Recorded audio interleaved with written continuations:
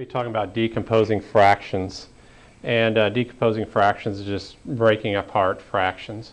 Something else in this lesson is it's talking about mixed numbers. It says a mixed number has a whole number part and a fraction part. The model below shows the mixed number 3 1/8. Okay, how can you decompose 3 1/8? Okay, each whole can be shown as 8 equal parts. So right here, 3 1/8 is the same thing as 8/8, which is one whole, plus 8/8, plus 8/8, plus 1/8. So that's 1, 2, 3 wholes and 1/8. So 3 1/8. And right here's a model of it too. Okay, that's 8/8 right there. That's 8/8. That's 8/8, and that's 1/8. Okay, let's go ahead and look at the guided practice problems. Okay. In 1 and 2, write each fraction or mixed number as a sum of fractions in 2 different ways. And we're just going to decompose these numbers in 2 different ways. So on problem number 1, I have 3/5. I could do that because 3/5 would be the same thing as 1/5 plus 2/5, which is 3/5. Or I can do it all as unit fractions, which is 1/5 plus 1/5 plus 1/5 equals 3/5. Problem number 2.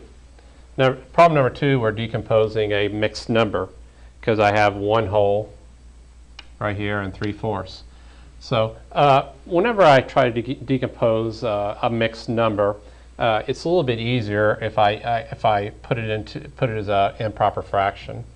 So 1 3/4 would be the same thing as 4/4 plus 3/4, which is, that's one way we could do this.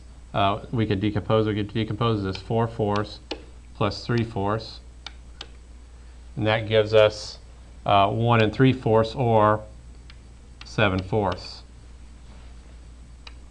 Okay, so I can come up with another way of decomposing the fraction. I just come up with different numerators that would equal 7, and that would be, we could do 5/4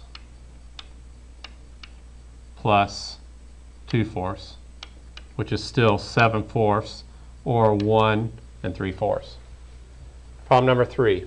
Complete the following statement and then draw a model to show that the statement is true. 7/8 is equal to blank plus blank. And 7/8. 7/8, all we need to do is come up with a numerator that equals 7.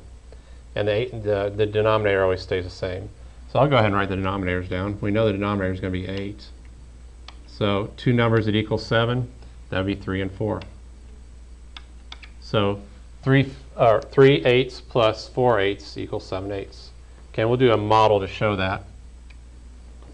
Do a strip diagram and break it into 8ths.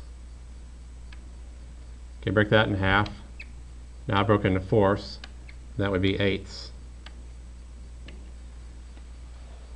So we could say that 1, 2, 3/8 plus 1, 2, 3, 4/8, that equals 1, 2, 3, 4, 5, 6, 7/8.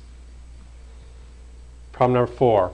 Paul said the sum of 1/10 plus 7/10 plus 4/10 is the same as the sum of 5/10 plus 5/10 plus 2/10. Is this correct? Explain. And we'll check it out. Okay, adding fractions is really easy. All we have to do is add the numerator, and the denominator stays the same. So that's, for the first one, is 1 plus 7 is 8, and 8 plus 4 is 12. So I have 12/10. The first one equals 12/10. And the bottom, 5 plus 5 is 10, plus 2 is 12. So that equals 12/10 also. So that is the same.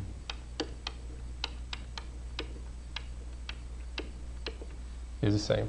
Okay, we're going to go ahead, since there's not as many problems on this, I'm going to go ahead and let you go ahead and work on these 4 on this page on your own. It's pretty simple, and we'll do a few more together on the second page here. So, talk about number 10. says, Jacqueline ate 1/5 of a bag of popcorn. She then shared the rest with Enrique.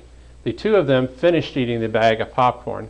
List 3 different ways they could have shared the remaining popcorn. So we're looking at 3 different ways. First, we need to figure out how much popcorn is remaining.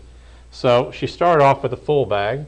So since she started off with a full bag, that would be 5/5 of a bag. And we'll subtract 1/5 from that. And that equals 4/5. So right now, they're sharing 4/5 of a bag. And we try to figure out 3 different ways they could have shared it. Okay, well, we could say, first we'll go ahead and say Jacqueline's J and Enrique's E.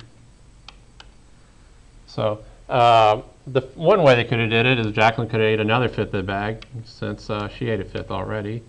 And then Enrique could have ate 3/5. 3 plus 1 is 4/5. That's one way they could have done it. Okay, or Jacqueline could have ate 2/5, and Enrique would have ate 2/5. Okay, or Jacqueline might have liked the popcorn a lot, and she could have went ahead and ate 3/5, and let Enrique have 1/5. Okay, and that is 3 different ways that Enrique and Jacqueline could have shared the popcorn, the remaining popcorn.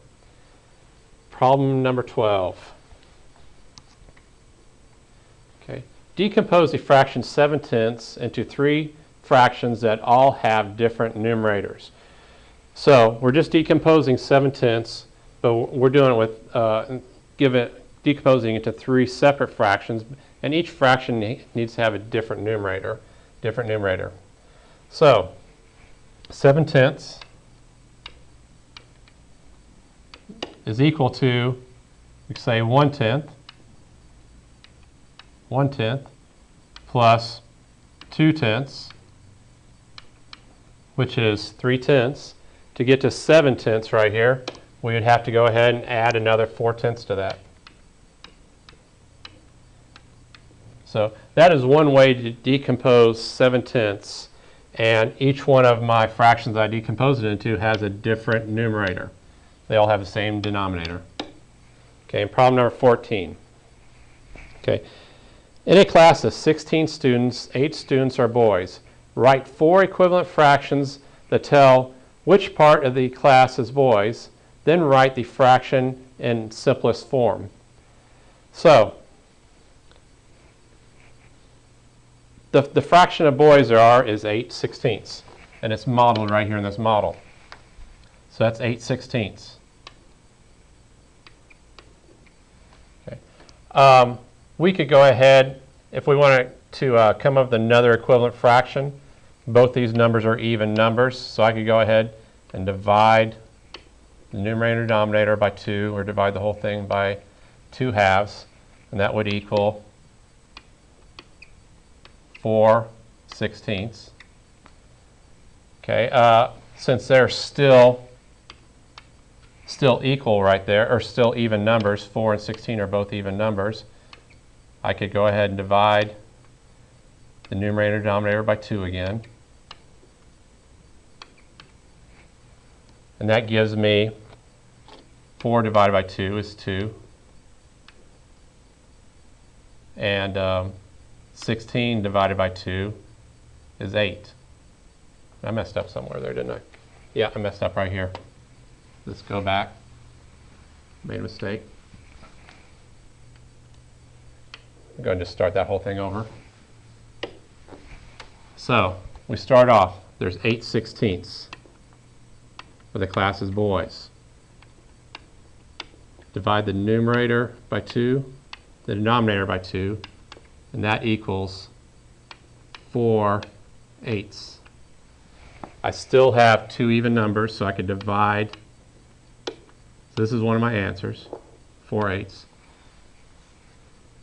I can still divide, since they're both even numbers, I can still divide the numerator and denominator by 2, or 2/2.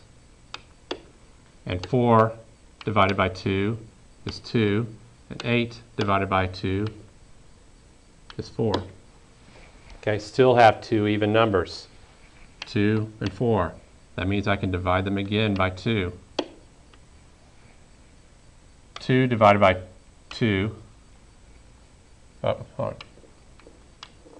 2 divided by 2 equals 1, and 4 divided by 2 is 2. And right there, that is my simplest form. So I have one fraction right here. This is my second fraction that's equivalent to 8/16. But it's asking for, okay, let's write four equivalent fractions that tell which part of the class is boys. So I came up with, actually I came up with 3.